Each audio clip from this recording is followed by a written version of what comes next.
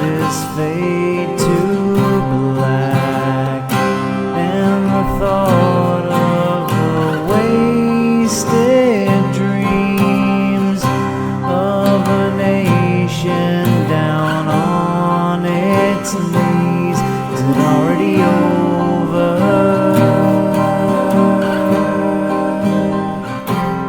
Is it already over?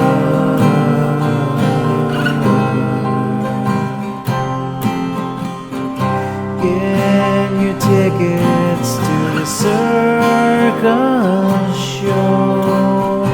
If you don't, then you'll never know.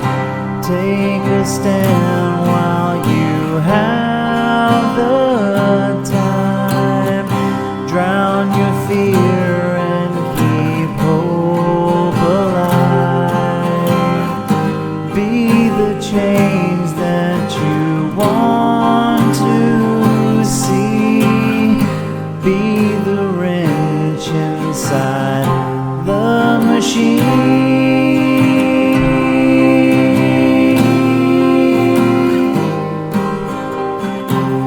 Is it already over?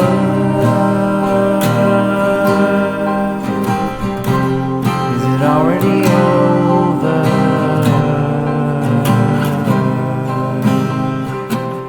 I don't think it's over.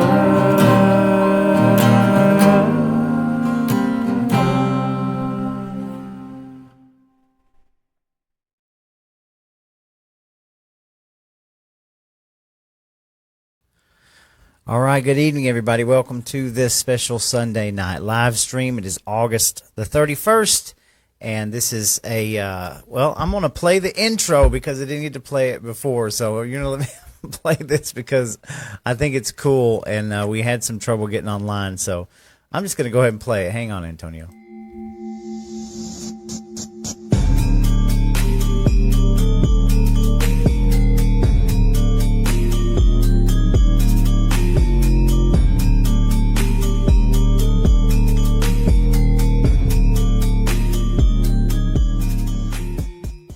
All right, so I had to play the intro. I think it's those little things that just make it worthwhile when you get something cool. So, welcome to tonight. Facebook was acting kind of crazy, and we tried to load up the stream, and something went crazy. So, luckily, I didn't have it all shared out yet. And so this is live. We're here, and we're going to keep going with it. If anything drops out, I'm recording it. And we'll still be able to put it out there. So, welcome to Small Town Underground. I feel a lot better than I did earlier this week, and we might talk a little bit about that. But Antonio and I, we talk a lot, and we have some good conversations. And so every now and then we just want to kind of get together and just have a free for all and just talk about everything. So, we kind of had this idea tonight. So I welcome Antonio Jones from War Room, Georgia, back to the show. How are you, man? Hey, what's going on, Roy? Man, I tell you what, I'm losing so much content on Facebook, man. I put a post out today just telling everybody that the video we did, the long form exclusive that we did with Colton right after the January 16th interview, they deleted that. A number of other videos. I think they deleted the one we did with the Federal Freedom Caucus member, Councilman Ralph Norman. I mean, we just had, just some great people on there. And I don't know if I'm going to reload them. I don't know if I'm going to leave them on X. I hadn't made a decision yet, but Facebook is just going all the way, man. It is. It is. Full communist. Facebook, they did kind of, they went really lax on the restrictions. But it's almost like every month or two something else changes.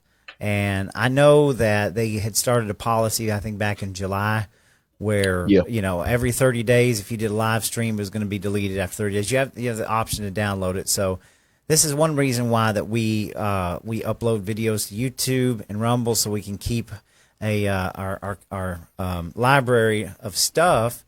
But, it's just another way to censor and to keep things offline. And I've still got videos from like 2 or 3 years ago but now they're just like deleting. So, and they're supposed to notify you. I don't always get a notification, but I just say I got the notification.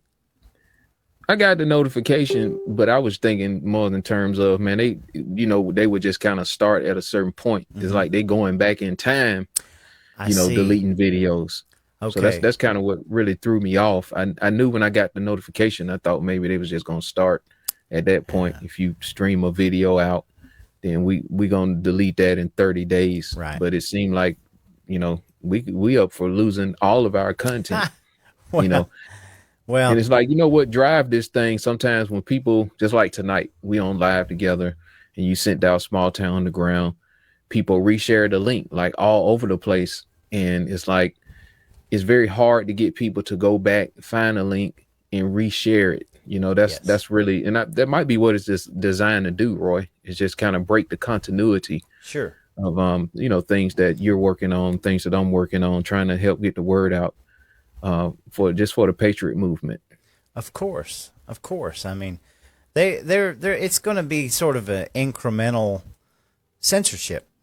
I mean, and we don't have to go into data centers right now, but it's funny to me because if they're trying to save space, but we're building data centers all over this country for space, it doesn't make a whole lot of sense to me. But it doesn't. Man.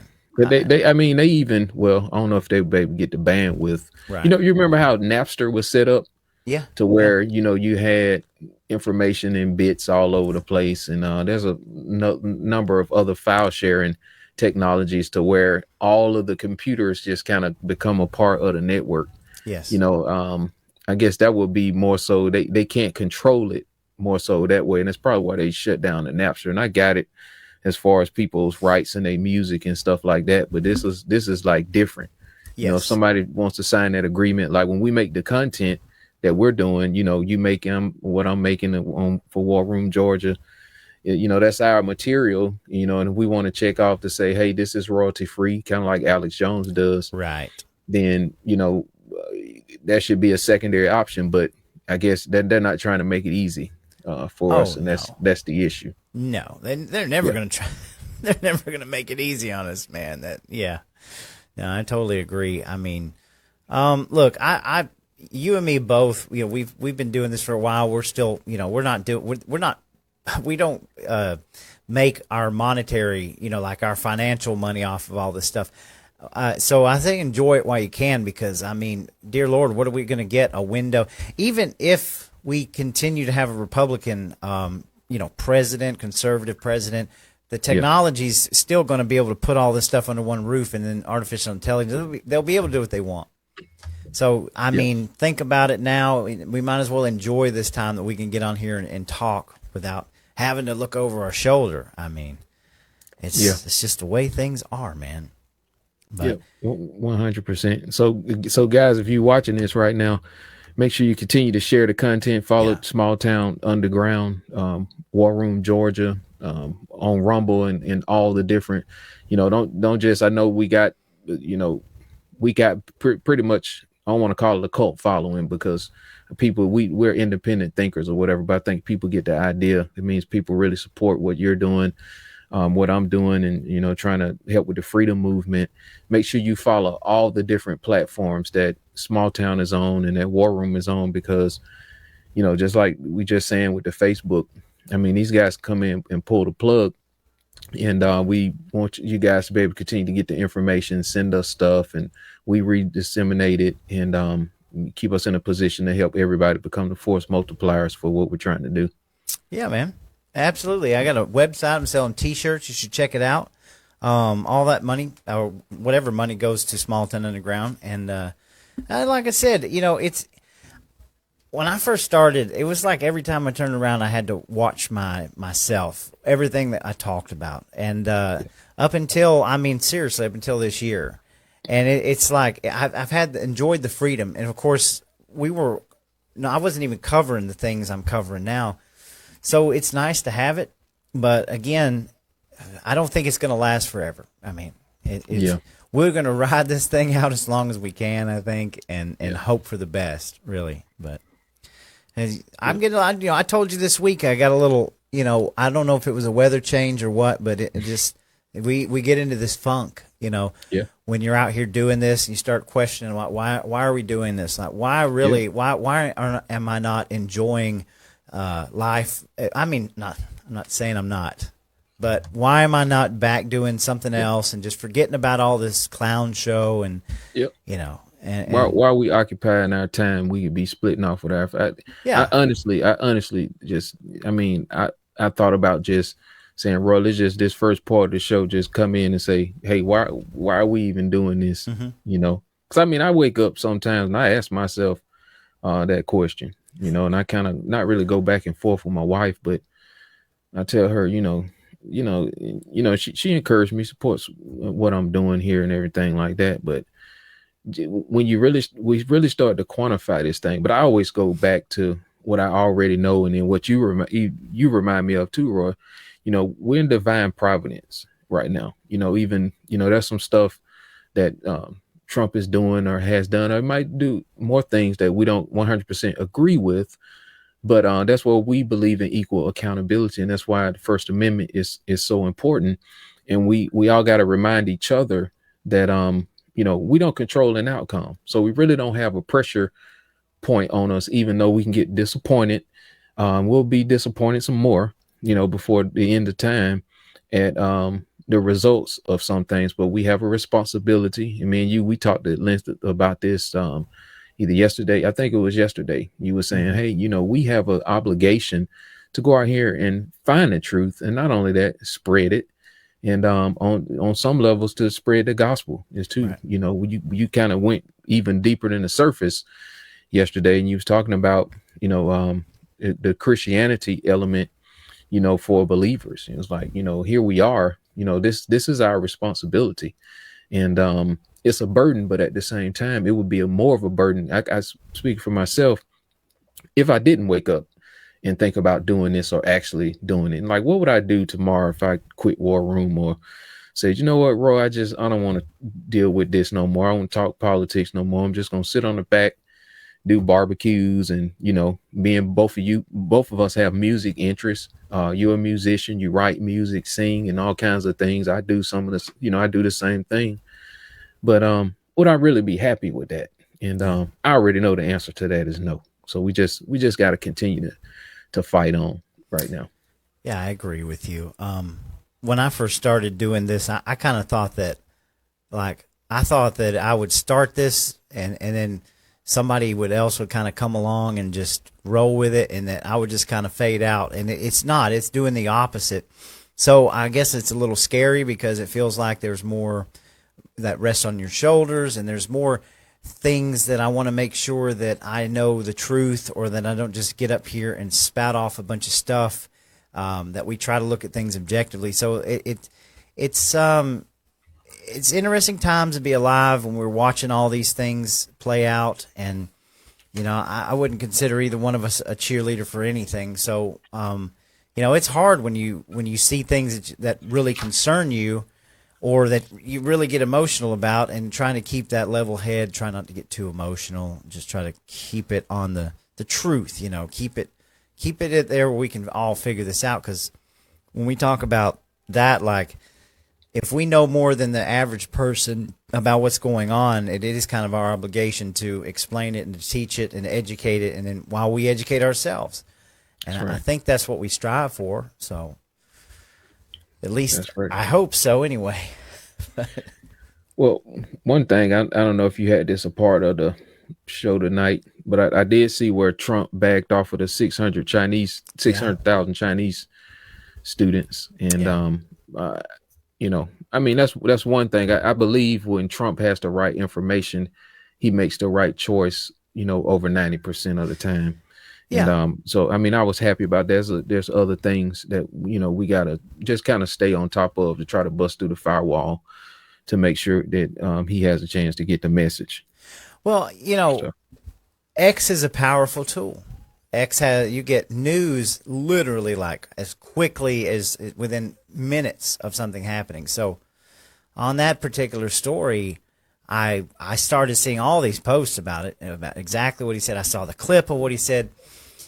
but I had to back off and treat it like, okay, well, this is just a small clip, right? I don't know the entire story. I didn't watch the press conference, and so it was emotional, right? In my mind, I'm thinking, here we are, we're taking care of this illegal immigration issues that we have all over the country. I have a lot of mixed feelings about China, right? Because we have been robbed, and we've given China everything from our technology, our industry. Why on earth would we want to help China? Because, like I said, America now is 15 years behind, and they're trying to play catch up in this technocracy. Well, yeah. I saw a video today.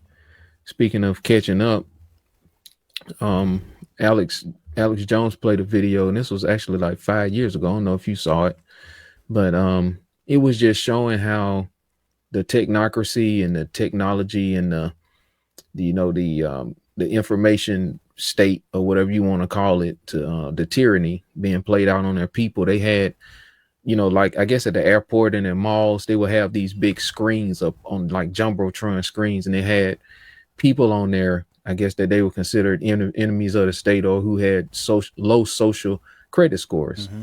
And they would have a person's name up there, their address, all their information, I guess, so that the people would become more afraid of the government and actually, I guess, get the Stockholm syndrome and start, protecting the government and turning around and attacking the people, because they don't want to, become a victim of the government, or if they think they be a good little communist, right, I guess, or whatever you want to call it, or feed them information about people, then they won't come up underneath attack. Sure. And Alex was saying that China is, like you just said, they're 10, almost 15 years ahead of us in this whole rollout. Mm-hmm. So, when I don't want to get too far ahead of where you want to go tonight, but like the flock cameras and, I know you're going to talk about a little bit about data centers tonight. Those things, those conversations popping up.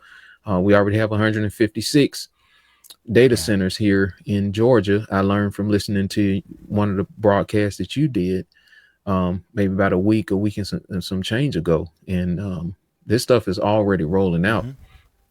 And it's important that we get informed on this and start asking legislators questions. So we're hoping that collectively, individually, and both of us do a good job, right, of at least getting enough information out here about the data centers, and to try to equip you guys with the information you need, and you guys equip us with information and sending us stuff so we can make sure that we're getting the right stuff out. Yeah, man, I agree. And so that was a lot. So China, 15 years ahead, it's a surveillance state. If you go back and you pay attention to the World Economic Forum, all the past these several years, it all has to do with power and control, a herd that you want to control through in every aspect of every life. So a lot of this technology is designed to train society to be better people and do exactly what the government bids. In other words, you just become another pawn in the state.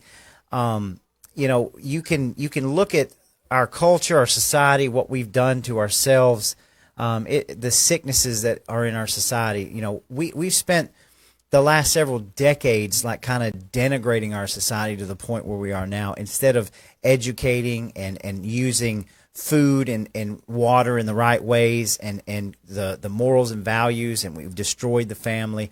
All of this is done by design to break this civilization down, because you cannot have a strong independent country in a one world global government. And so a lot of these technological tools are designed to be just that, to shepherd the herd in. And so the things you were talking about as being, publicly shaming people in order for them to do the right thing, and that's the kind of theory that they talk about at this World Economic Forum.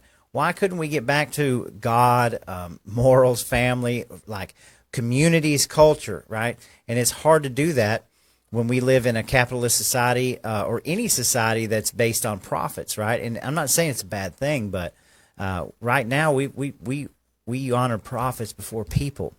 And it's almost to the point where you can't turn this back any longer, right? So I don't know what the answer is to that, but data centers again, and we can kind of go down this road. Like a lot of people are kind of coming at you and me and other people and saying, hey, what's the big deal, right? Yeah. But I consistently don't see any of these people answering the questions that we're proposing, right? The text thread that was at that you and I'll let you talk about that. It was all about money. It's always about money. Everything is about money and the gobs and gobs of money that they're going to be making, and nothing about the issues that people have with data centers. Where, like, I don't ever hear anybody say, well, we need this many data centers. Judging by the 156, and I think there's about 37 or 38 that are coming online. That's more than enough for each county in this state. Like, what's enough to have? There's some kind of justification when you're building anything. You do work every day, and there's some type of an assessment that takes place for what is needed. Hey, we need this many widgets, or we need this because we're going to have this type of workload coming in, or we need to get this much of a productivity out. Prior to now, how much have we heard about? Have we heard anything out of our legislators about data? I haven't heard anything. It's 156 things, 56 of these things in the county. And the information that we've gotten now is that these data centers, what I heard today, they don't use just up to 10 times the amount of average electricity. It's like 100 times to process the artificial intelligence. And then the guy Fitz, I played a video when I interviewed Lee Munns. If you guys haven't saw that, make sure you log on War Room Georgia, all of our platforms, and watch that. Lee Munns did a phenomenal job bringing in the information. But the guy Fitz is saying that, this is not going to let your bill go up or something like that because people had concerns. Now, just think about that for a second. In the beginning, if you think about how they said people like me and you guys that probably watched this show, we were nuts. We were crazy because we were saying that there's a deep state. Remember they said the deep state didn't exist. Then they started talking about the deep state. Hey, it's not so bad, or whatever the case may be, or there's always been a deep state. And now they're actually starting to say it and address it. So I just feel like with this thing, we know artificial intelligence is rolling in. We look at all the AIs. Elon Musk, I believe, has got the data center that's going in over in the Memphis area. Oh yeah, like 30 ginormous. What is it? 35 hydro generators on that thing, and they were supposed to be running 15, but the last the video I watched, they were running like 31. Yeah. So we're I don't want to say we're ahead of the curve, but we're on their heels with this thing with the data centers, and this is a humongous deal. Now, just think about it.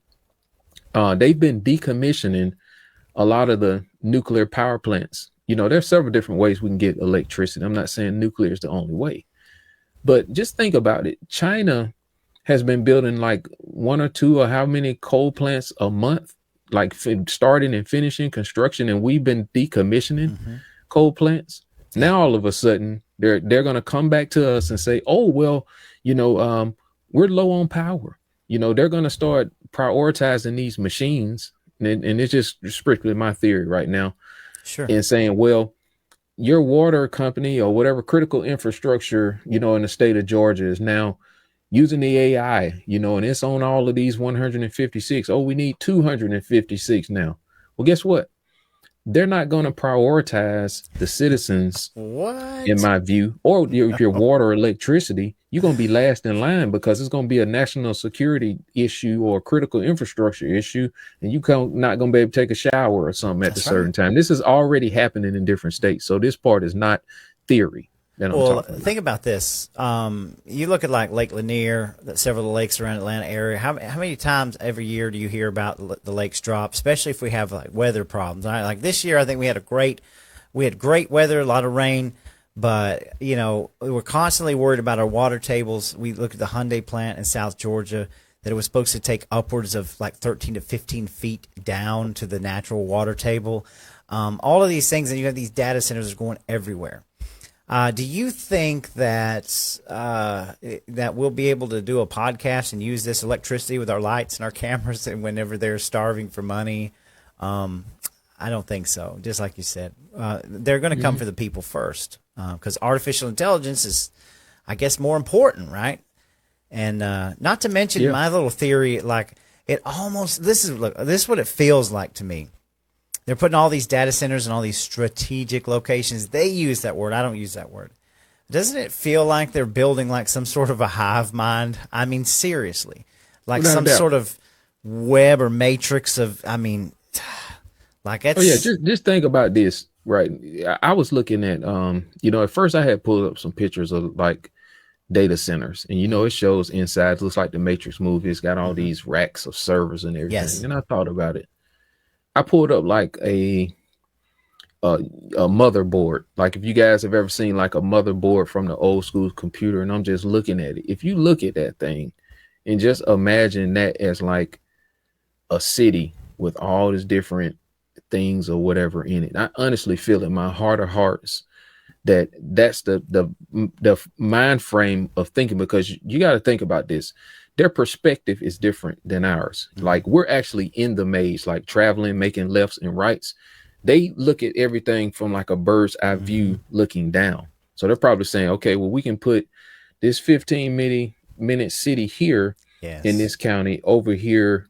We'll put, the AI system, and they setting all of this stuff up, strategically in my mind. And it just reminds me of the circuitry of a motherboard for a larger system of a computer. And it's going to sound really weird, but we are electrochemical beings, and we send off frequencies and stuff. That's right. We have charges and stuff to our system, and the WEF has talked about actually connecting people to this thing. Have you ever just kind of been sitting around or whatever, like in your phone, and you're like, man, I think they've gone beyond the point of just listening to your voice and seeing what's going on. I believe these EF signals and stuff that's probably coming. I know I'm jumping all around. No, keep going. You're on it. The EF signals from these phones, I believe, can read the energy that our bodies individually, like our frequencies. Yes, that are putting off. It's possible. I just think that, and they just look at us as, I said this to Roy a week ago, as some of the ones and a zero in this larger system that they are literally building here in our counties and in our country. Right. You're not, I mean, look, it's just a few years ago, just maybe 2 or 3 years ago, where people like us were talking about how your phones are listening to you, your TVs are listening to you, everything's listening to you. And now it's widespread and it's known, right? You start talking about something, you start talking about Folgers Coffee, and next thing you know, you're going to be on Facebook and you're going to get an advertisement for Folgers Coffee, right?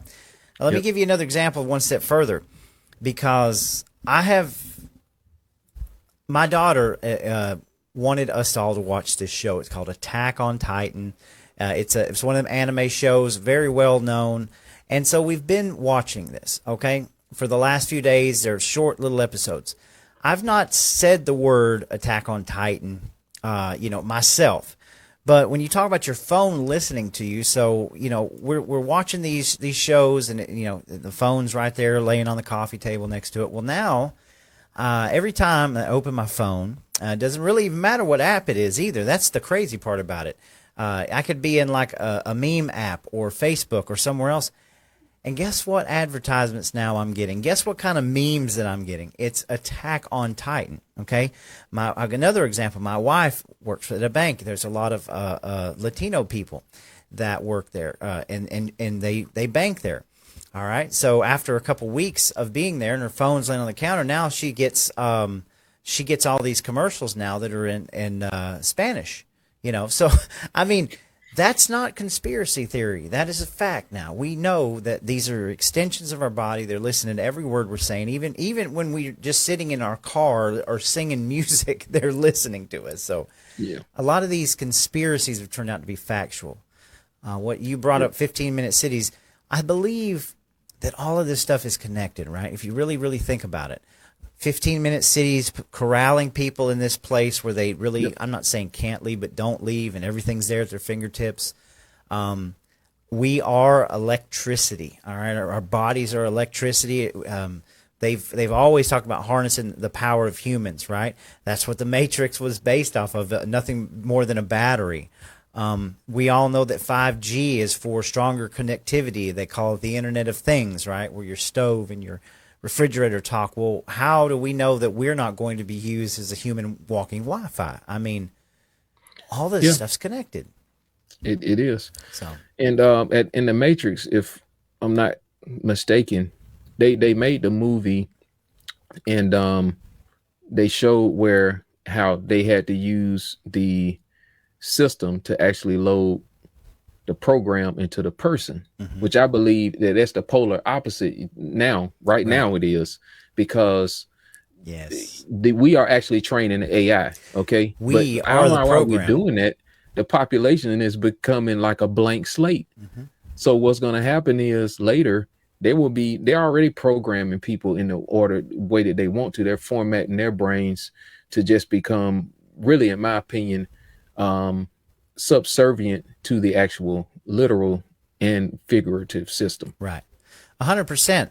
I refer to it as your digital self, and it works in every facet of our society. Our banking. Every time that you go get gas and you type in your card, you get the 3 cents off. Well, that is linked to you. All of this information, you and me speaking right now, all of this information is going into a digital Antonio, a digital Roy, which is what they're building with artificial intelligence. And the connectivity now is getting to the point where the local state levels, local systems, your what am I trying to say? All of your medical files, everything is being connected. And God knows that your digital self probably knows us better than we know ourselves, because they know everything about what we're doing, everything that we look at. So, yeah, it's kind of, I mean, think about Neuralink. I mean, what is this future that we're just kind of steamrolling into right now? To me, it's I don't want to say anti-human, right? But when I watch these videos of these interviews with people from ChatGPT or Google talk about, and they ask them point blank, like, well, do you think that the human race is going to be okay? And a lot of times there's this long pause, and they're like, well, and they go into this explanation, but they never say, yeah, we're going to be okay. I mean, I believe in transhumanism. And I believe that we're headed to a future where you're going to have to make a choice whether you're going to merge with machinery or whether you're going to get away from the machinery, right? Well, that was one interview, and probably can find this on. I forget if I was watching Alex Jones or not, but it was this guy who was actually asking the AI questions. I think he was talking to Grok. You remember pastor. that? Yeah, the pastor. Yes. Yeah. Then he was the Grok was saying that the globalists are behind this AI situation, and it's basically inherently evil. And he recommended that people revert back to Christianity or something like that. It was really, really fascinating. And I was surprised to hear that the system was actually saying these things. Right. I mean, it was completely mind blowing. Yeah, and you look at companies like, and this is where I hope that we as conservatives aren't being used, because liberalism is a mental disorder. I mean, the Democrat Party is just has been completely hijacked by liberalism, the communism, socialism, whatever, all the isms, right? It's the umbrella circuit for everybody that's sort of anarchic, I guess. And so they've been pushing this anti-human agenda like in a completely sort of different way, an asinine way, like transgenderism and NAMBLA and all of these crazy things that destroys societies. Yeah. But you look at artificial intelligence in a different way, and it's like, so we're kind of winning right now. We were able to get Donald Trump elected again. People like us that have kind of stood up against the status quo, right? Like, we're not just out here just shaking hands and endorsing everybody and trying to get people, we're asking all of these questions. So I'm wondering if maybe because we're given this freedom right now, right? We're given the freedom not to look over our shoulders. X is so pro freedom of speech right now, right? Are we ignoring companies like Palantir that collect all of our data? Are we just kind of, turning a blind eye to data centers just because maybe the president thinks this is a good idea? So I'm wondering now, if we're kind of the pawns in the scheme because they knew. Let me put it to you this way.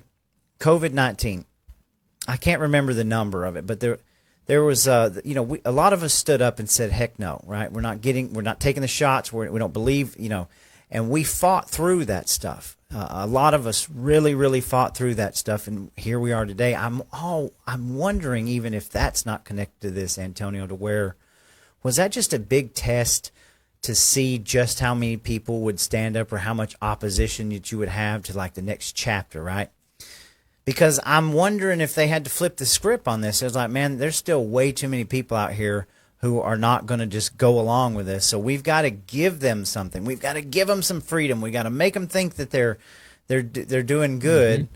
But here, I've always said it. Sleep. Yeah, the technology, the technocratic stuff just keeps rolling along, I mean, I'm supposed to now be happy about a data center. I can't do that. Yeah, this is the literal. This is what I want people to think about. If let's just take Georgia for example. I see out in my county up here in Gwinnett, I see more and more farmers and farmland disappearing. Uh-huh. I don't see the reverse.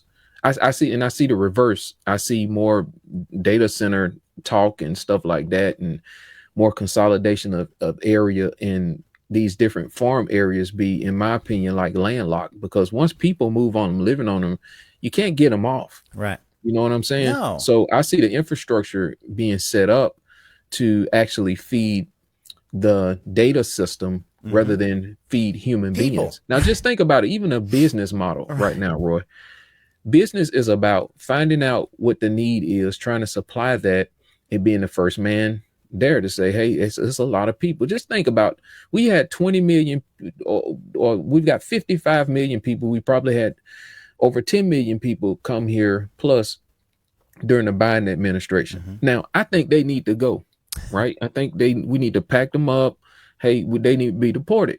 But in the interim time, even if I was a shrewd businessman and I was like, I want to make some money, people got to eat. That's right. But they're not building they're not allowing the farmland, even in the state of Georgia, for what I see with my eyes, to actually thrive and expand to even get paid. But you're hearing about data centers and all this other stuff. What's going on? They're not teeing up to feed people. No. No. Well, and we hear about data centers, but we're not hearing about data centers from the people who are putting them up. We're hearing about data centers from us. But again, look, agriculture is so important. Food is so important. But what are we doing, right? So I see more Bill Gates buying into companies that's making fake meat, that is spraying these chemicals all over our fruits and vegetables to make them last longer. They're talking about using mRNA inside of our food products. I think Robert F. Kennedy Jr. is doing a fabulous job. Everything that I'm seeing, and I don't know that one man can do it, because every step forward is like a step back. We're having to fire somebody else. I mean, don't get me started on that nasty, crazy idiot from the CDC this past week, the devil worshiper, right? But again, where's our priorities? We're supposed to be working on better food. Instead, we're working on fake food to feed people. Lab-produced, lab-grown meats. I mean, that's not something that we want or we're asking for, but that's what they're supplying us. That should be an easy thing. That should be on the next bill. Yeah. Say no lab grown. Don't inject the animals and stuff with mRNA. Try to feed people. Absolutely. And try to vaccinate them secondary to some type of other process. Because that's not informed consent. No. At that point, that should be easy. That should be, and it's like, why are we not doing it? Exactly. We don't have the priorities, especially in Georgia. I can't. I see anti-human priorities in Georgia for the most part, and I hope that our politicians, our candidates, listen to this, because that's what we're seeing down here as the peasants. Where are the pro family bills? Where are the pro human that's what I'm saying. bills? What do we get out of the last few sessions, Roy? Election Not a whole lot. 2020 was stolen. They've been stealing elections way before that. Yep. But we know 2020 was stolen. And why haven't we gotten rid of these machines now? Here we are. What this is 2025? Yeah. Oh, we're gonna do it next time. We're gonna do it next time. We got the governors. We got the governor. We got the state, both houses, state houses. So it's like, what are we waiting on? I don't know. It's not done yet.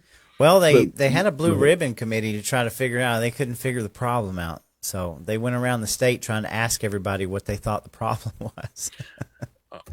So, bro, don't get me mad. Like, they just can't quite put their finger on it, man.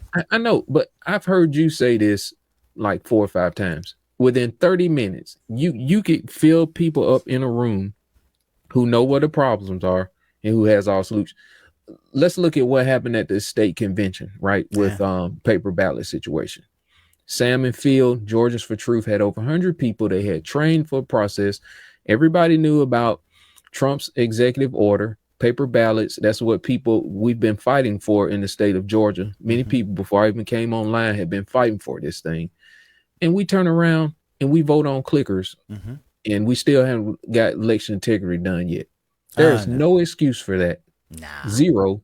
And then, state party chairman, he wants to urge the blue ribbon committee, I guess, to put some pressure on program to try to do this for the next PSC election. And it's like, this has got to be a joke when we had the opportunity to do it on June the 7th in Dalton, Georgia. We had the Salmon Field had everybody ready to go, the process down packed, and we didn't even demonstrate and lead the way with this. And not only that, they had the process down pat, but they made the decision early on to include everybody in this decision, only to be treated like they were some sort of enemies on the other side. Look, I'm all for pilot programs and things like that, but to me, and I might be way off base here, but you got this PSC race that is supposedly very important, right? We didn't even know we had PSCs. I didn't know we had PSCs. The vast majority of people didn't know until now. Now we know them by name.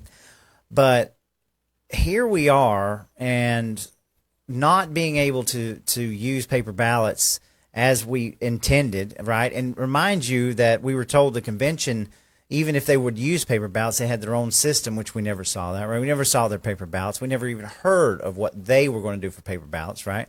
So I believe we probably were lied to there. But what kind of pilot program are you talking about? And you're wanting to trial it out on the state of Georgia and then make it an opt-in. So if we have a concentrated set of counties that have that fraud, right? The vast majority of the metro Atlanta counties, which I might add, are in litigation right now because they're still refusing to seat 2 people to the election board in Fulton County, right? So do you think that Fulton County was going to opt into a pilot program for paper ballots? I mean, I can't see that happening. So are we? That was like the legislators with the school tax thing. Remember that? Oh, you want to opt in? It's like, dude, what is the point? Do you actually think somebody who's been reckless with money is going to say, hey, let me opt in to spend less money? That's ridiculous. Exactly. The point of that is to make it look like that you're doing something great, right? That you're going to do a homestead exemption freeze, right? Where basically in your mind, it's kind of like the thing where, something costs $2, you mark it down to $1.99, it's under $2. You think you're getting it for less money. It's to do things that make the vast majority of people think that you've done something good when you haven't done anything at all, right? And that's where this kind of the matrix is breaking up. Where people now are not buying this business as usual anymore. We're not taking these like kind of quid pro quos from somebody like Burt Jones, who says, hey, you got to vote for me and then I'm going to get rid of income taxes, right? And I don't know if you've noticed, he's backed off of saying that now. I think a lot of that was we the people saying, hey, no, you can't be saying this. You got another session and you are the lieutenant governor. Like, we're not buying it anymore. So again, this pilot program, hey, kudos for even mentioning it right after shutting down the entire convention. But come on, man, this is weak right here. Like they're not, nobody's going to do this. Well, the days of politicians here saying they do and impact people like they're stupid and talking to them like they're children are pretty much over. It's not that people like myself, yourself, and people that's watching this thing tonight who've been showing up at all these state election boards. It's not that we want to be rude and and just be coming in hot all the time. It's just how many times are we going to be told the same thing over and over and over again, and nothing gets done? Exactly. And it's like, okay, when is the frustration? What point are we? Do we need to ask these people, hey, can we get mad at you now? People are, they're sick of it, and they're supposed to be down there doing the people's work, and it's like, okay, well, it's like with Burt, people for some reason they think I don't like Burt Jones. No, this has nothing to do with that. If Burt's coming in there, and he's got his nice suit on and he's smiling, everybody's saying, hey, there's a great guy there. He did this for Trump and all of that. Hey, let's start looking at this guy's record. Ask him, is he going to put up a block, for all our election integrity people? Because I'm 100% on board at grinding everything to a stop, in the legislature in order to get rid of these machines. It's the lieutenant governor who is the leader of the Senate, right? So he should be able to have a vote whipper and all of this other stuff that he's in communication with down there in the Gold Dome and say, hey, we're going to tell John Burns that we're going to put a stop on everything and we're not going to pass anything unless these machines are gone. Sure. He's got the power to do it. Sure. So when he comes to your area and he wants to talk and do all this other stuff, put the pressure on him. You can be respectful, but put the pressure on him, because that's our job to do that. I think you bring up a really good point, and I think it's a point that we do need to make on this show, because I speak for myself. But again, I will not endorse any candidates. That's not my job. I don't even believe in endorsements, and God forbid if I was to ever run, and believe me, I'm not planning on it, I wouldn't even ask for endorsements because I just feel like it's just so cheap. I feel like I should be my own endorsement, right? The people their vote would be my endorsement. But, we're not out here to attack just everybody and anybody. And I think about the Saria Ivy comment because I don't know Saria, but I've followed her for a long time, right? And she's got a point. She's got a valid point about how we handle things moving forward. But again, I think this is going to be sort of an uneasy time because when you look at the Republican Party, right? Conservatism, MAGA, give it a name, right? The Democrats don't have to do anything right now because the Republican Party is so bad in so many ways that that's our difference. We're trying to make the Republican Party itself better, conservatism better. Like, what does it mean? What are the principles?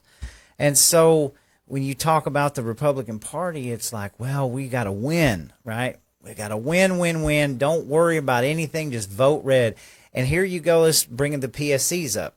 We showed this article from back in July where we didn't know our legislator was even doing anything with data centers this first go around in 2025, only to find out they kill this bill, and we find out that the government has vetoed a tax exemption freeze, and they shifted over to the PSCs and said, this is your decision. All of that happened while we were looking at everything else. It's not something simple anymore that we're just gonna go with red. Like, it can't happen like that because we've got too much to lose. I'm to the point now where, again, I'm not against Burt Jones or any of these people, but we have to come to the table and bring these questions, just like you said, and ask them, because if we don't get something going, we're going to get the exact same thing.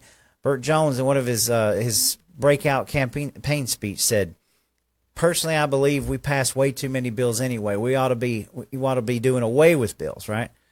Again, you're the lieutenant governor here. Why aren't we? Why did we have 400 and some odd bills come through in 2025? Why? We have the power to stop this, right? Talk is cheap. We've got to stop it somewhere. So, I agree with you. We got to get it done. Yeah. And So go ahead, bro. Chris Carr, for example, I do not like Chris Carr. Okay, I haven't liked Chris Carr in a long time. I don't think the man has done his job whatsoever. And then he goes now on a tirade about this leadership bill, SB 221, because it is working directly against him, right? When he supported this bill in the first place, he supported this bill while he was state attorney general and has the gall to bring up a federal lawsuit, which I'm hearing was so bad that he couldn't even win. However, the federal judge did say that most likely this bill is unconstitutional to begin with, but yet it has been voted on and it's in there, and we're sitting with an unconstitutional leadership bill that so-and-so gets to use, but so-and-so does not. Make it make sense. Well, this is the part where I would say to each and every legislator that supported this, and this is why you guys that's listening tonight and follow Small Town, you shouldn't feel sorry for these guys. They voted for the sugar daddy, the boogeyman, Kemp, in these leadership packs, and now, when is black in their eye every week or whatever, because they won't, hey, if you don't do what I said, don't feel sorry for these guys. Yeah. What we should be saying is, hey, you guys should be signing on and sponsoring legislation to repeal this thing so that the power can be returned back to the people. And there's the other thing with the thing you were saying about Chris Carr. Now, all of a sudden, he's up in arms or whatever because it's coming to bite him. You can't unleash tyranny in a situation. It's like unleashing cancer on some part of your body. You're going to say, hey, I'm gonna unleash it, then I'm going to contain it over here. Guys, it doesn't work like that. That's right. And these legislators need to know they may not be in power. I said this at all for years to come. We don't know. We don't want Democrat and liberal leadership. But I say this to these legislators. If you slip up and these Democrats get in power, they just might use the investigation tools on you guys, because they don't do anything down. When the last time you heard about a judge? Look at what Fannie Willis did. And Colton got thrown out of the caucus and all this other stuff because he was trying to force the governor into a special session, right? Yeah. Remember all that? Oh, yeah. He's the only one standing up. If you look at the way the federal government uses their judiciary and all these for investing, when have we saw any of this stuff happen in our state? We got this conservative fairyland, like you say, Roy. Yeah. This is a fairy tale that we're living in, but we ain't seeing no investigations and things going on and audits of counties. And where is it? People's taxes is going up through the roof, and Mr. Jones is going to get rid of the state income tax, though. Yeah, and by the way, Mr. Jones, if and I haven't seen enough evidence yet, but if your idea of getting rid of the state income tax involves putting casinos in my state, we're going to have one hell of a battle on that. So just want to let you know that, because I'm not going to sit out on by for that. Thinking about it. But yeah, look. Brian Kemp, for example. And when I say I don't like Chris Carr, what I'm saying, I wanted to, I guess I didn't finish my statement about him, but I'm willing to listen to Chris Carr on anything, right? He's our state attorney general. In other words, Brad Raffensperger, who I cannot stand, worst secretary of state I've ever seen in my life, hey, if he's out here and he's trying to put pressure down on Fulton County, that's his job. That's what he's supposed to be doing. Good job. That's what you're supposed to be doing. Chris Carr, you want to do something good, then why don't you use the power and authority you have now to put pressure on repealing SB 221? Since you're already going to be screwed anyway, because you're not going to be able to have access to that money, why put safeguards in place where this kind of thing doesn't happen? And furthermore, can you imagine a Democrat governor with a kind of money that goes in all of these Democrat coffers and the NGOs that support them? You think $100 million in Kemp's coffer is bad? A Democrat would have $500 million, for God's sakes. Would. So this is detrimental to us in the long run either way. We would never get control of this state again. I mean, It would be really slipping off. And this is the thing. These people that have hamstrung Jason Frazier and Julie Adams down in foot. Just think about it. Why are they acting and behaving in that way? Well, what would it happen if it was a Republican doing this? There was always a school teacher in one of them classrooms that the kids knew did not play right. And this is why I say leadership matters. This points all the way back up, in my humble opinion, to the governor's office, because why they saw Fannie Willis just kind of do whatever. She walked in the courtroom. You know, think about how Trump is moving right now. Yeah, they're serious, not perfect. But they know that the man is serious, and when he gets the why do people think they can do anything they want to do in the state of Georgia right now? If you don't think leadership matters, look at this Alabama game that was just played. Nick Saban ain't there no more, right? You can take them same players and put them back up under Nick Saban. You have a different team. Yeah. Leadership matters. Well, sure. Well, right now the leadership, I mean, look at the leadership. I mean, Brian Kemp is setting up the exact leadership that he wants in every single position, because he wants to continue to hold on to that power while he's gone. We all know he's got plans in the future. And so it has nothing to do with electing. I mean, even that the phone call that was recorded, Brian Kemp saying that basically, was it Mike Collins had his voting record, I guess, to sum it up, was too good, that they needed a more moderate to win. And I'm like, are you kidding me? It goes back to what we've talked about in the beginning of the year about the shutting the golden age out of Georgia. It's never been here. Doge is dead on arrival.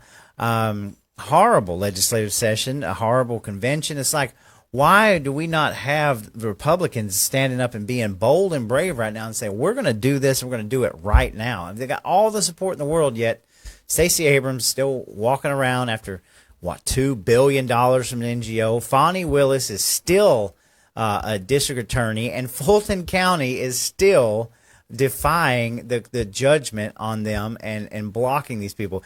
If any one of these situations were a Republican doing it, this state would be rioting all over the place. Make it make sense. They would.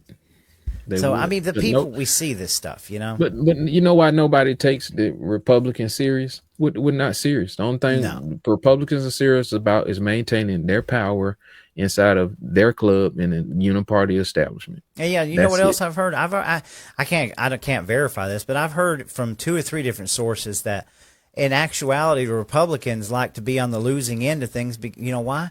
Because they make more money when they're on the defense instead of the offense. So if they're getting browbeat by Democrats, well, that's the psychological warfare. People are giving them money. Is that what this is all about? Just more money, money, money, money. It's ridiculous. So, yep, gosh. And speaking of money, I want to take this one opportunity too to say, Reagan Box, good grassroots candidates. And folks, there's one thing about it. We always gripe about money, but Reagan Box needs money, and she can't do anything without it. And we're gonna try to continue to just let people understand that. If she doesn't get the money that she needs to get signs and things like that, I don't know how she's going to fare going into this primary. So it's something that we need to take a good hard look at. People that could pledge $10 a month for her and stuff, because a lot of us are really out here. We love Reagan. She's got a clean slate. She could do a lot of good things, but again, she really message too. I think fire message. We're going to have to put some money up behind her if we expect her to keep going, right? And so I just thought I would tell you. I mean, money is, you see where all the money's going and who all's got it. But if we don't support our grassroots candidates and we don't give them some money, I mean, what do we expect, right? So something we need to think about. Yeah, 100%. So what you think about? I saw a post that you did, Roy, about Kemp being down in South America. Did he go, Brazil or somewhere down there in South America? He did. So I'm researching a little bit into that. So I mean, I'm not saying anything. I'm trying not to make any. I don't have any clue what he did, but he went down and visited. I think it's called the JDA Corporation, and if I'm not mistaken, it's the same corporation that kind of owns. What was it? Pilgrim's Pride, and of course we're getting a Pilgrim's Pride up here, and so I'm just saying he's doing business down there in South America. He owns some corn crops, some soybean fields in South America. So I just thought, what a waste to take a trip down to South America on business if you're not going to go check your crops out. I mean, I'm just putting two and two together. I At mean, least get a look out the window with your binoculars yeah, I while mean, you're I flying. can't even blame him, but I just thought it was weird because Kemp is sort of a no-show when it comes to the people.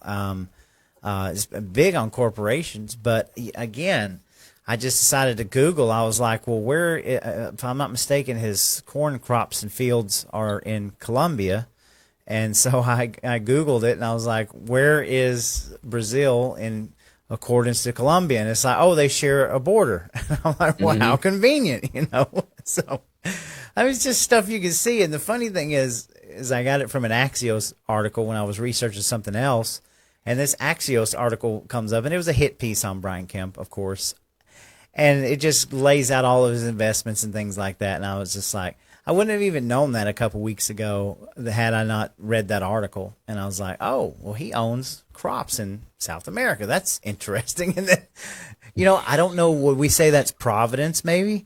That you just read something and the next thing you know, he's down there. Yeah, but just think about it. That's a bad look. And I think, Well, who is he had? Might have had Tyler Harper. Is that the guy that's over the agriculture? I think I'm so. just thinking to myself, I mean, how could you have crops and stuff? And I'm not opposed to people doing whatever they Sure. do international business, but it's like, I don't know how good that look, up against Georgia, agriculture. And it's like, okay, the governor got his crops and soybeans, they down here in South America. Right. I mean, that ain't employ no Georgian workers and things like It's that. true. I mean, I don't.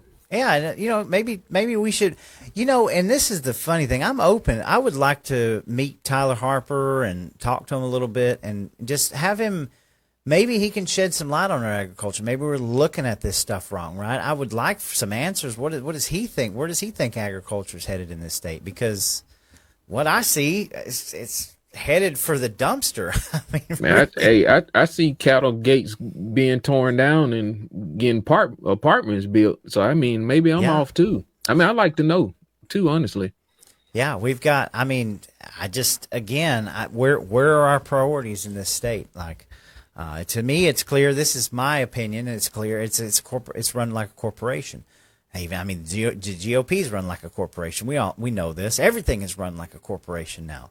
And that's kind of scary to me. It's like, it was supposed to be we the people had the power and they were our elected servants, right? And it's not been that way in, well, probably if ever, right? Yeah, we can probably do like a whole 30-hour show on just what it means to serve. Yeah. Well, and the funny thing is that when you find those people that are like, yep, we are here to serve you, we're here to look out for the greater good, they not only get attacked by their constituents in the legislature, they get threatened, but They get even blocked. like your normie conservatives, like the moderate sort of that just back establishment, they're constantly griping, well, he ain't doing nothing for us. Yeah, well, he's not doing backdoor deals like most of the other elected officials that are always looking out for number one. I mean, it's a crapshoot. We treat them like crap and block everything that they try to do, and so we try to find more of them. It's just I don't know. I think the culture is bad. I got reached out to about some stuff, and my response was like, hey, if you can get the leadership and the top people to sit in a room, let me bring some of my guys or whatever in the room, and just let us tell you what I was saying anyway publicly. The culture down in this dome has got to change, or we're going to make sure you guys lose power, maybe not to Democrats, but we want to put in America first. Mm-hmm. But eventually this thing's just going to eat itself, and then you're going to end up out of power. But they're not giving us anything to sell, because I was approached about a race in some areas or whatever, and they want to go do some town halls and try to get, people to come out. And I said, well, give us something to sell, because if you think we can go out and sell what people seen going on in this gold dome and this 400 bills that passed, what am I going to go out there and say? I'm not finna make my face card look like a fool. I know Roy ain't finna make make his look bad, but you guys have not given us anything to sell. What are the deliverables to the people? Right. What are they? Yeah. Oh, because 100%. I don't see any. Yeah, and I think part of that too, the opposition movement, right? The MAGA movement, the grassroots movement, whatever you want to call it. People like us that are just doing this, right? And they're not used to it. I know you and I both have been questioned by several in back rooms on who the heck are you and where did you come from, right? That's an unexpected thing. It's just people just to pick up a microphone and just start going. Up until a couple of years ago, I think it was Republicans were in shock and awe that actual conservatives were coming into their offices and videoing them and asking them these questions. The cat's kind of out of the bag now, right? So would leadership ever sit down at a table and discuss everything with us? And I would say no. I would hope for that, but I just don't think that they have any answers because we can see through this stuff. You know, what do they have to sell us? When you look at Kemp, this Dooley guy's an absolute joke. An absolute joke, and I believe was it yesterday at the football game, Kemp come out endorsing him or something like that. Yep. That should be a slap in the face to every person in this state. Like, your governor does not even care enough about you or anything that is going on in this state that has to do with conservatism, MAGA, you name it, by just bringing this dude that doesn't even have a freaking voting record in here and then just pummeling money down his throat to get him out there to run.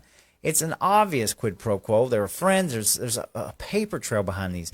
But it shows the governor cares nothing about anybody in this state. He cares about solidifying the power in the Gold Dome for himself while he goes off and does God knows whatever because he'll be your next president someday, right? He's going to pull up in his truck and be your president. And these are the kind of things that we're looking at, and the cat's out of the bag. We can see it. It's like 4 or 5 years ago, man, we'd probably be sitting on our hands going, well, who is this Dooley? Well, we already know who this guy is. Like, you can't unsee it. And I think it's our job to make people understand that, right? Yep. 100%. I just, the disconnect, and I think it's purposeful, the disconnect from the grassroots, because, you know, I believe that it's all about seeing how much they can steal and take from us. How do they do it? Okay. This is for the tax fight, the tax money. That's why all of our taxes is going up, because this is the trough that they're feeding out of. So I guess once you cross over a certain threshold, you know, when you're like maybe in leadership, you know, those donors and different people, they're not giving giving the legislators and different people money, you know, just because they want to see a better country. Yeah. They want something out of it, you know, and a lot of them, not all of them, but a lot of them, they already got money or whatever. They may be already well off. I believe what they want is they want legislation passed in their favor, and they want access to that trough. What's in that trough? Well, we're the pig that's getting carved up on the table that they don't want the grassroots to sit at. Yeah. You know, so at some point that legislator probably can't get too close to the grassroots and start listening to your point, because what we're saying is, hey, dude, we're tired of getting robbed. And what they hearing on the other side, the person that's throwing money in their pocket, is, hey, we need you to pass this legislation so we can continue the robbery. You know, I don't know what that point is, Roy. And maybe that's why as people go up, quote unquote, the ladder, they get further and further away from the grassroots because they're getting closer and closer to the people that are funding them to rip us off. Well, that's the way it works. It's a quid pro quo. What is it always? You stay in your lane, and we're going to take care of you, right? So you get the legislators that stay in their lane, and they're just table pieces, right? They're just placeholders, and they do what is expected of them to do. And as they do, they rise in the ranks, and they get more and more money. And then we all know now that most of our bills aren't even written here in the state. They're written by these lobby firms, these lawyer outfits that are trying to spread it in multiple states all at once. And furthermore, we hear about the lobbyists, right? Now, I'm not going to sit here and criticize anybody who took money from Georgia Power or, you know, the thousands and thousands of dollars, but when you take your money to the store, you invest it in food that you're going to eat for your body. Whether you're playing a video game and you want to buy a skin or something for your character, it's all an investment for something that helps you, right? So that's what lobbyists are. Well, what do you think? I mean, do you think that you get paid thousands and thousands of dollars from certain lobbyists and certain outfits that you're not going to, vote the way that they need you to vote or push the bill they need you to push, because it all boils down to that, right? We can see all that now. Like we're sitting here watching it. The cat's out of the bag. Like, I'm sorry, but there's no excuse. And we know we have to have money.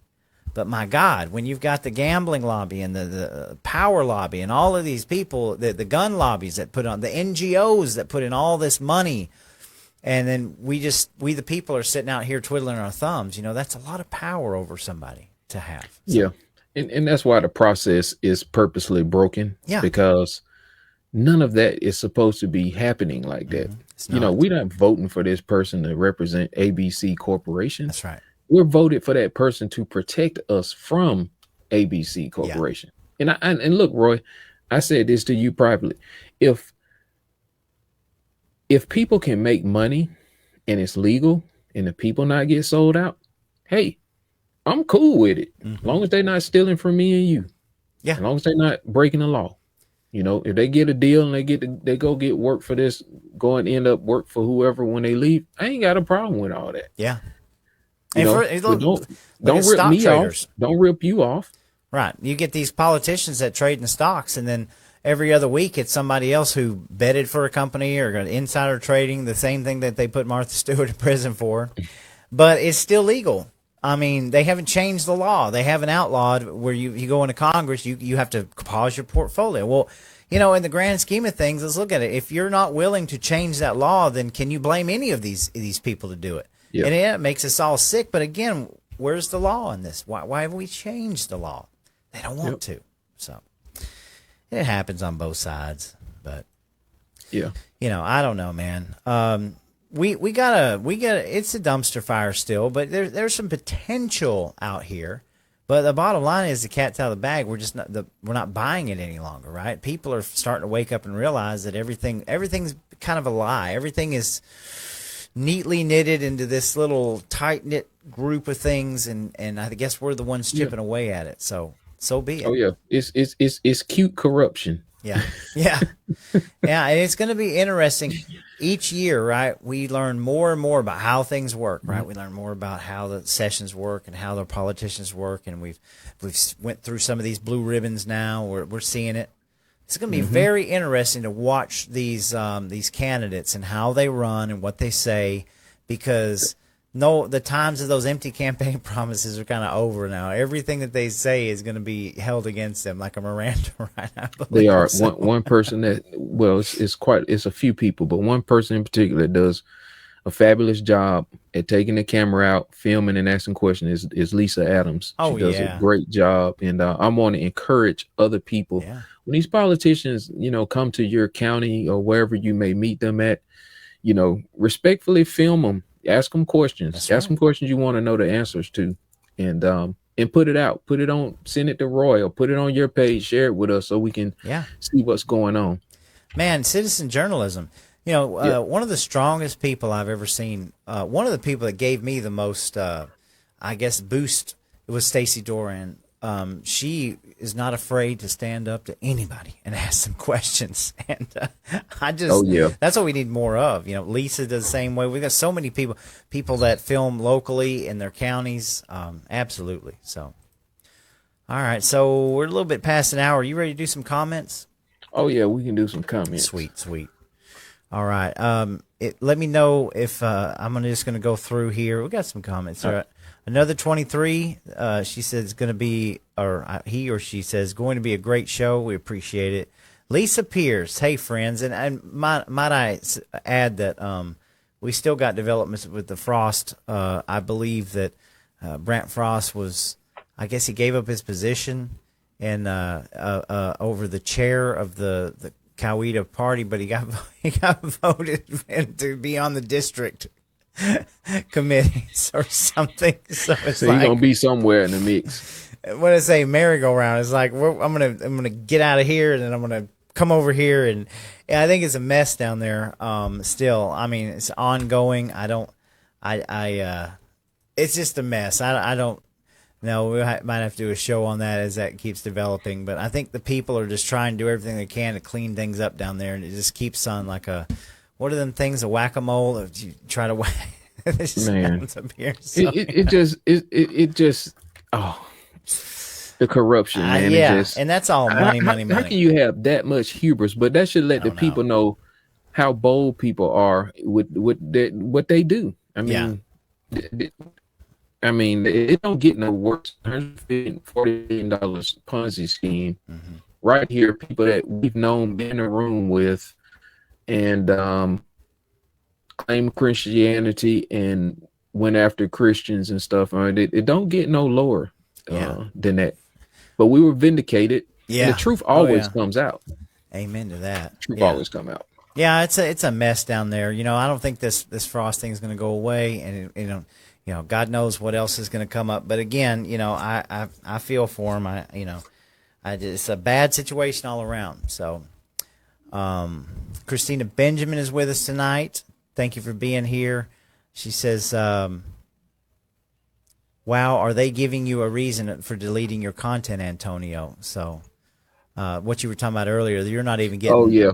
You're not even getting. No, it's just, you know, they're saying stuff that they're going to give you 30 days to download everything. And then they just going to delete, I guess, everything that has gone on.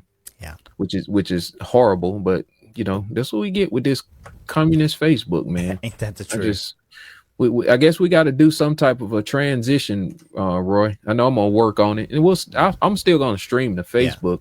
But I'm going to try to encourage people to go to, because I think they got good comments and stuff on X, and you can do good comments on Rumble too as well. That's while we're in stream. So we just gotta, maybe we need to do a show at one point together and try to get as many people on this Facebook to go over there so we can start getting people used to it, you know?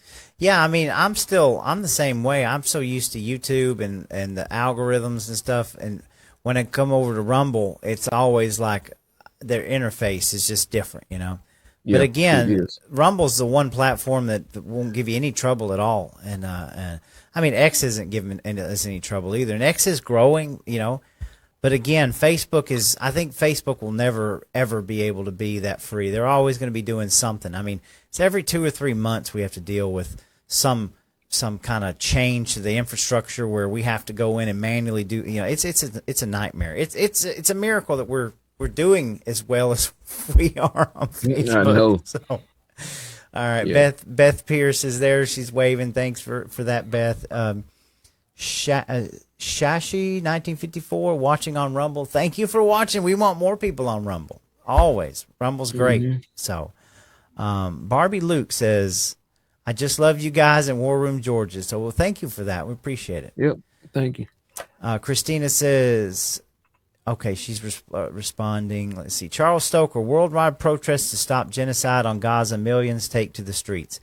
You know, I mean, what about the providence of what's going on with Israel and Gaza? You know, you got people like Marjorie Taylor Greene that are out there fearless, just really opening people's eyes to this situation where it's always been so one-sided, right? And I think that the whole thing is a travesty. And we obviously it's a touchy subject, but I think now that people are really starting to understand that we've got some things going on that aren't right with this whole situation. You know, that's the most PG way I can put that. So, yeah. Sharon Seconder, she's watching on Rumble. Good. Okay. So, all right. So everybody's Richard Schroeder. Good to see you, Richard. I wish I could have been there. Yeah, Clarksville. Richard? You know, let me just talk about that for a second. Clarksville, the last Blue Ribbon Committee. So I think I didn't know I told you personally, but when I did my recap on that, I felt like that the second meeting they were trying to get as many speakers in there as possible. They wanted to limit comments, right? And comments, I think we had like 40 or 41 minutes left, and we were at the 2-minute. And fortunately, I think we made it through the comments. But I was sure after seeing that last Blue Ribbon Committee meeting that they probably would not be allowing public comments. And what do you know? Yeah. Didn't allow any public comments. So it's kind of a shame. Let's see. Christina Benjamin says, Antonio Jones, I just heard of this social media platform. It's relatively new, I think. Might want to check it out. And she's got a Substack maybe. It looks like Substack. I love Substack. I'd actually want to start writing on Substack, but if I do, I'm not going to promote it. It's not going to be political. It'll probably be other stuff, but yeah, we'll have to check that link out, Christina. Thanks, Christina, for sharing that. So let's see. Sharon says, no matter where, we will be wherever you both are. Y'all, please don't give up. Well, thank you. I appreciate that. So she says, thank the Lord, backed off the Chinese. I blew a gasket when I heard this. The Chinese are inside everything we do, including our Defense Department. Have you heard of the latest from Hegseth? I haven't, but it's crazy to me that that's the parts that make your head spin. You see this clip from Donald Trump talking about he's going to bring 600,000 Chinese students in, and then the next day they kind of renege on it and say, no, I'm not going to do that. And that's the kind of things that keep my head spinning from day to day. Like, you're going, what? And I'm like, how do you justify that? And at the same time, we're faced with data centers now because we're in this race with the Chinese. But our government and our spying institutions have given China everything that they could ever want from us to be 15 years ahead of us. But it's our fault, and we're going to have to suffer with data centers. Yep, they gave it to them. Make it make sense. Yep, they gave it to them. It's just like training their students and different stuff. Then they go over here and make up. Well, our government, people active from our government involved with COVID, but they turn around and use this stuff, and then look what they do. You know. There you go. What is it? Every week we see now that we had these Chinese dignitaries in, or these the Chinese programmers that come into the companies, and then they take all these pictures and they download the little USB drives and they take it back. And now we're finding solar panels that have all of this Wi-Fi capability. To everything you buy from China has a chip in it that sends it. I mean, come on, y'all. Yep. This is such a made-up psyop. It's ridiculous. Yep. But Jan Sheffield says, Patriots on parade. Thank you. Thank you. She says, love us and the truth that they share. We try. So Richard Schroeder says, Janelle King will be in Gainesville on September 9th. Yeah, that'll be a good one. I still haven't finished her speech, but I heard it was fire. So yeah, it was good. I got about 12 minutes in at work. I got to finish it, but it was pretty good so far. Let's see. Elwood 50 says, family in Bluffton, South Carolina has remarkable water pressure loss due to the Hyundai plant in Pooler. I don't doubt it. Expect to hear more about that, to be honest with you. We're not against Hyundai or cars or anything like that, but what is going on here? With all of these places need this much water, I mean, if you needed that much water, why aren't they putting the databases, on coastlines in the ocean or something? Mm-hmm. You know? Put them out there in San Francisco or something. And Sharon says these data centers will ruin our cities, and they'll ruin our rural areas for sure. Yeah. And Greg Bright brings up a good comment. He says these phones can intercept our thoughts. So I just wanted to point this out really quick. Your front-facing camera. I watched a really cool video on that the other day when you talk about us being the test experiment. And so apparently these front-facing cameras are very high-tech, and I can't remember how many light particles that they shoot out. But even if it doesn't matter if you're in your late at night with no lights on, but they're constantly shooting out all these data particles and mapping out your face all the time, every time that your camera's facing you. And every bit of that data gets transmitted and sent back to, I guess, a data center, to some algorithm. Maybe it's Palantir. And it's constantly updating on everybody's phones, the algorithms and the facial features for facial recognition. And that's, you got to be careful. And it's always watching you, always. So. Yep. I noticed in what kind of phone is this? I got a Pixel. There is a hidden camera underneath the surface of this screen. There's one at the very top. You see that little black dot? That's one. It's another one in there that you can't see. Like if you're in your car, if you got a Pixel, right, you're in your car like in the daytime, and if on a black screen, if you angle it around a little bit, you'll be able to see it. Really? It blew my mind. Yeah. Mm-hmm. So even if you cover up your front facing camera, they still got a Yes. camera that's of course they Yes. do. Of Yep. course. It's another one. It's because if you see it, I mean, you see the LCD screen over this. I mean, you can't tell. It's kind of it kind of freaked me out that day, and I hit my wife. I was like, "Did you know it's another camera in this phone?" No, I'm not talking about the rear, the one that's right at the front. There's another one just below. Wow. You know, I mean, I don't know if it's on. I can't. Anyway. Wow. That is wild, man. Okay, Trish Ann Hay says no to data centers. No blind eye to them. Yes, COVID was definitely a test. Most of us failed. A lot of people did. Yeah, I mean, a vast majority of people failed. But I think that there was more people that stood up and said no than they ever anticipated, is what I believe. I do. I mean, obviously, it was a worldwide pandemic, but yes, it was a test. They wanted to see where they stood big time. And I think that's why we have this technological rush, to be honest with you. Lisa says, yes, it's that way all over Northwest Georgia, too. I know she's probably referring to data centers. They're encroaching every county. And you wait and see. As more counties get awake to this and they put the pressure on their local legislators, we're going to feel the wrath of the legislative boot from the Gold Dome. Just wait. It's coming. So. And Christina Benjamin says, get a flip phone. My personal goal is not own anything that's labeled smart. And I agree with Christina, but it's next to impossible to do. And believe me, I still have an 82-year-old father that uses a flip phone. And I kind of feel the same way, even though I'm ignorant and still going to use, I mean, it's hard for us not to have one. But again, we're in this system, Yep. But I would go so far as to say flip phones maybe not even be made in the next couple of years. They're gonna force everybody to get a smartphone. Oh yeah, they're gonna force us into it. So Christina says there was a bill related to lab-grown meat last year, passed the House, but didn't get through the Senate.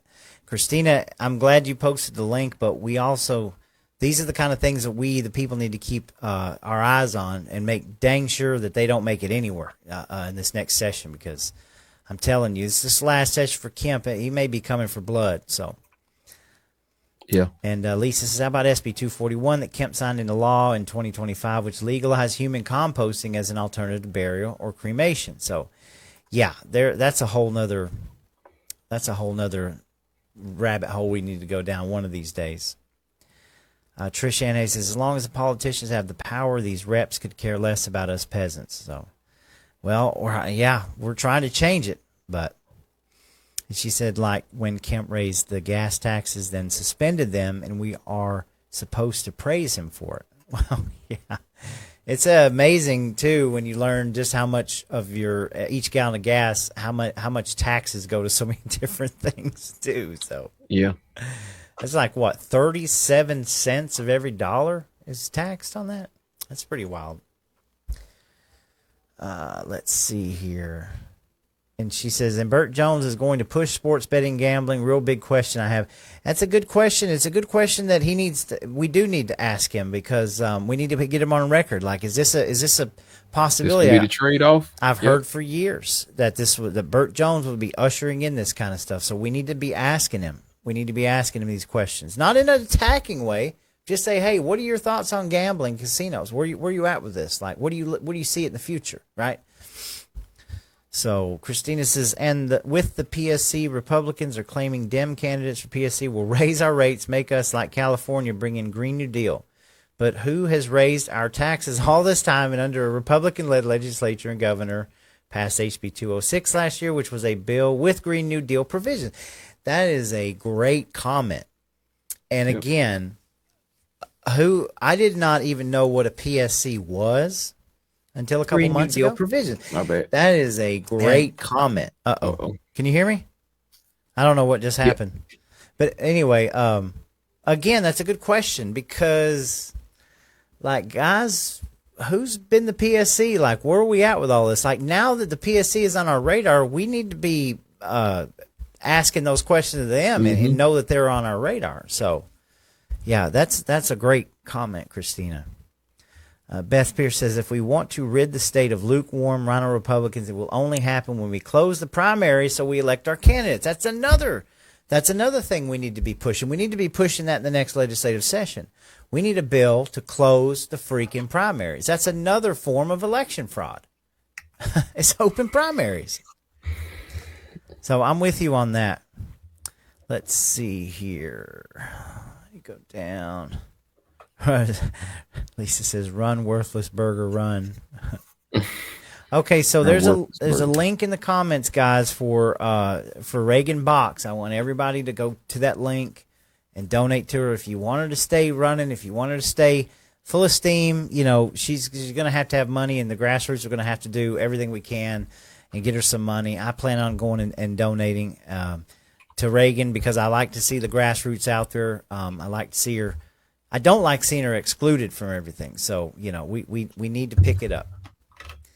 Linda Mink, good to have you. She says, vote for Reagan Box. She says, and the Frost Ponzi scheme, who in their right mind would join the GOP, especially in the 3rd District? Yeah, Linda, I know that and we don't have enough time to really go into it tonight, and I'm just still finding out everything that's going on with that. But, yeah, it's just it's an unfortunate and sad situation here all around. I mean, at this point, like I said, what is the GOP even offering any of us, right? I mean, don't get me wrong. I like hearing, hey, we want to use paper ballots, right? Well, let's get serious and do something about it, right? I like the fact that our GOP is getting involved in Fulton County, like it's a breath of fresh air. But again, we're gonna have to have more from it. Yeah. Christina says, too many bills to protect big corporations like those that use or sell PFAS, glyphosate, but not enough bills count on one hand to protect the people. That's the comment of the night. So, Noreen Canner, thank you, Noreen, for being here. She says, Reagan Box, U.S. Senate 2026, she can win if we all support her and grassroots get behind her. Dooley is a joke, never supported Trump or voted for, and now claims to love him. We did not fall off the Trump truck yesterday. So, yes. Oh, Marionette Collier's with us. Good to have you tonight. She says, from Beau Rivage Hotel and Casino, watching from our room. Yeah, see, so, and I want you to know something. I'm not against gambling casinos as far as it goes. I don't want them in the state of Georgia. I'll be very plain and clear about that. Obviously, the Constitution would vote on those kinds of things, but I just personally don't gamble. Life's too much of a gamble to me. But, you know, people like that kind of stuff, that's fine. But to me, putting that stuff in our state is just another what would you call it? You know, like liquor stores and everything else. Well, what would separate Georgia from anywhere else, right? You're just going to throw these things in here just because they're going to generate a whole bunch of money for you, and then you know. See, we got Hollywood. The music industry would just be the official Southern California. Sure, I mean, there's a really big difference in somebody going and gambling in a casino once every blue moon and doing something different than there is when you start looking at alcoholics and drugs and all the things that come along with it and the addictions that come along with it, and then putting these things in strategic locations like data centers where, I'm never going to be for gambling casinos in the state. I mean, the Georgia lottery is already just kind of crazy, and now you're getting these machines in the stores. But, you know, don't think I'm judging here. I mean, good Lord. I have a very libertarian stance on that. I think that if you want to do that, then you go to your house and you do your own illegal gambling in the backyard with all your friends, and you do that. And I'm very libertarian on that. Do your gambling the way you want to do it, and don't involve the state in it, okay? Because, I mean, that's, like I said, that's your business. But I can't help it. Let's see. Lisa says it's more like the Scrambler, Roy. Oh, yeah, well, maybe. Yeah, I think I know what she's talking about, so... And she's been moving her videos over to YouTube. Yeah, I still, you know, we just don't get much traction over there. So, yeah, it's slow over there. Yeah. So Noreen, I think, has got a Substack, by the way, guys. And I tried to open that, Noreen, and I still couldn't open it. So I'll try this new link here. And Kathy Dixon, thank you for being with us. She says, "What about satellite phones? Anyone have one?" I know people that have. I don't know anybody currently that has one, but that is a whole nother. I mean, I'm all in satellite phones, but I mean, look, who knows? Elon Musk is talking about a phone. We don't forget we've got a war right now between Jeff Bezos and Starlink about who's going to put all these the Starlink and these satellites up in the sky. I mean, we're going to have thousands, hundreds of thousands of these things gridded off in our immediate atmosphere. It's going to be wild. They're building out Skynet for the Terminator. Exactly. I mean, what does it look like? And Christina says the lab-grown meat bill was a good bill, by the way. Okay, we got to do some research on that. So, in other words, she's saying that the bill was good, the one I had mentioned earlier, and that they stopped dead in its tracks. So, Christina, we definitely want to put that up on the radar. SB 370 closed primaries. Yes. So, guys, and I know we're pressed for time here, but we're going to have to assemble as a total grassroots army in this next legislative session, and we're going to have to share these bills like it was wildfire and get that. I mean, I'm telling you, my January, February, we're going to be doing nothing but focusing on the bills in this next legislative session. I don't care if people just tune me out. We are going to be focusing on every bill. We're not going to let something pass by us. And there's already networks of people that are going to be on these bills because we're not going to have another session like we did this last one. There's no way. And wouldn't you know it? Maybe somebody ought to head up the group, Roy. Yeah, like we did for the Georgia GOP convention. I agree. Where everybody can just get a rally point. Just go ahead and put it out there. Yes, I agree. That did help me with the convention thing. Yes, I agree.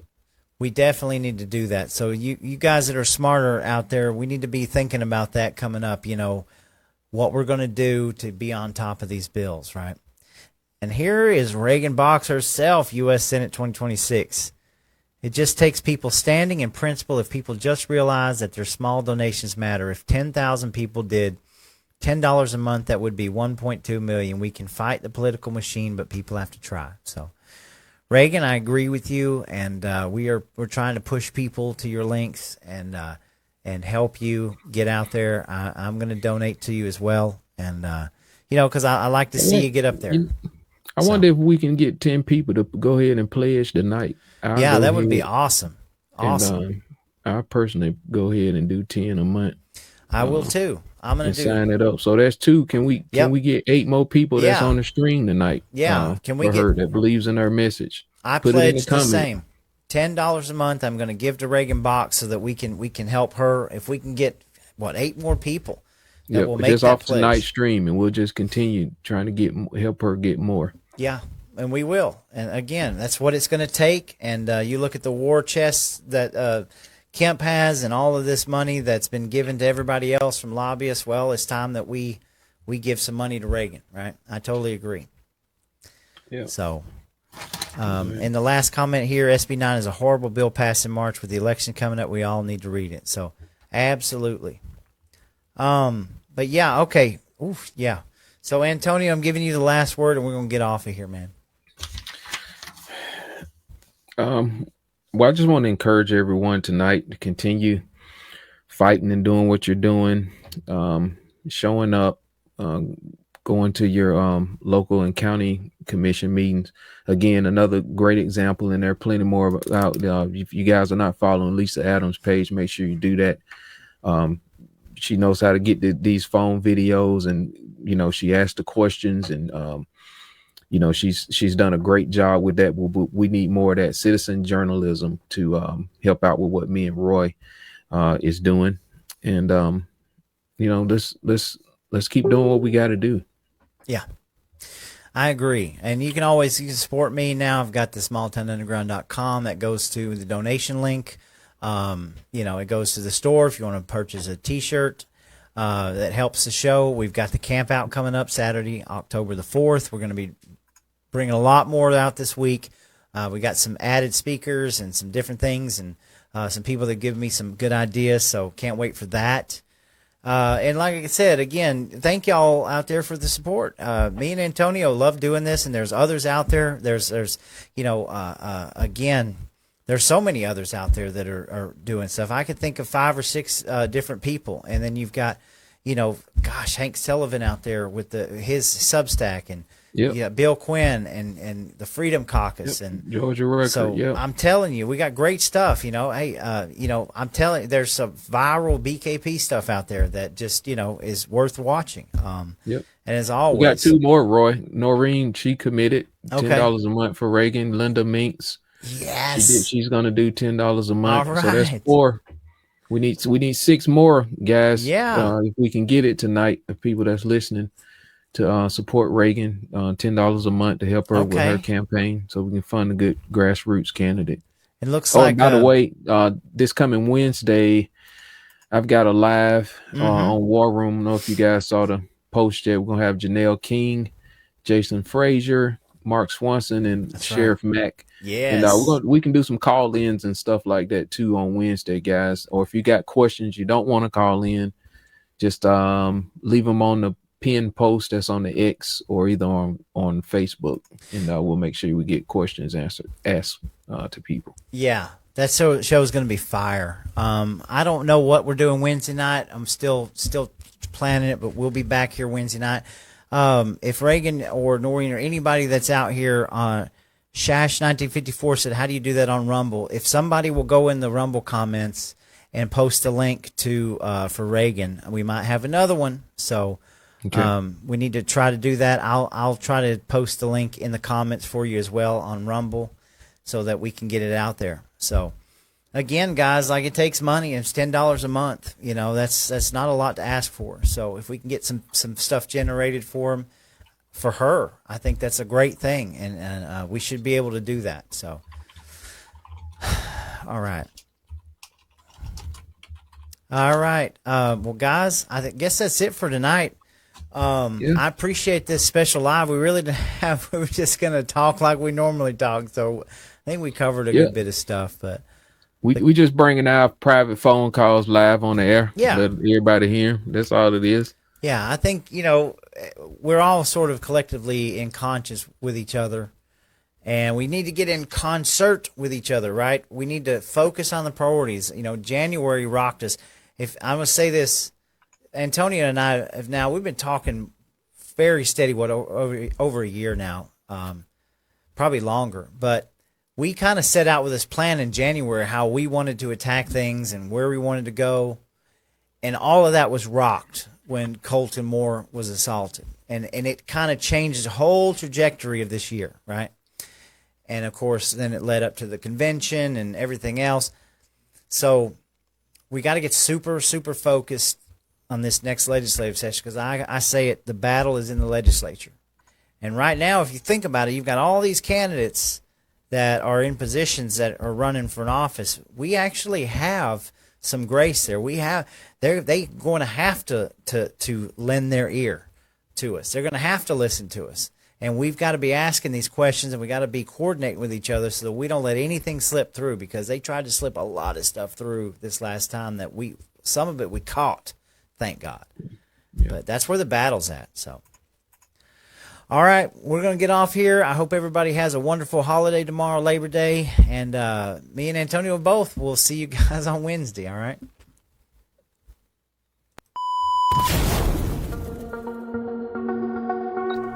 Hey, everybody. Small Town Underground here, and I'd like for you to check out LibertyLaughs.net. This is a website that supports grassroots patriots, and it has all kinds of stuff in it, like rings, coins, t-shirts, tank tops, both in men's and women's sizes, different sort of accessories, even patriotic stuff. Like, look at these sneakers. Don't tread on me sneakers. Those are pretty cool. And door knockers. And look, they even have a Trump phone case, which is really, really cool. So anytime you go to this site, you're actually supporting the grassroots patriot community. So I hope you guys will go to check out LibertyLaughs.net and see what they have to offer.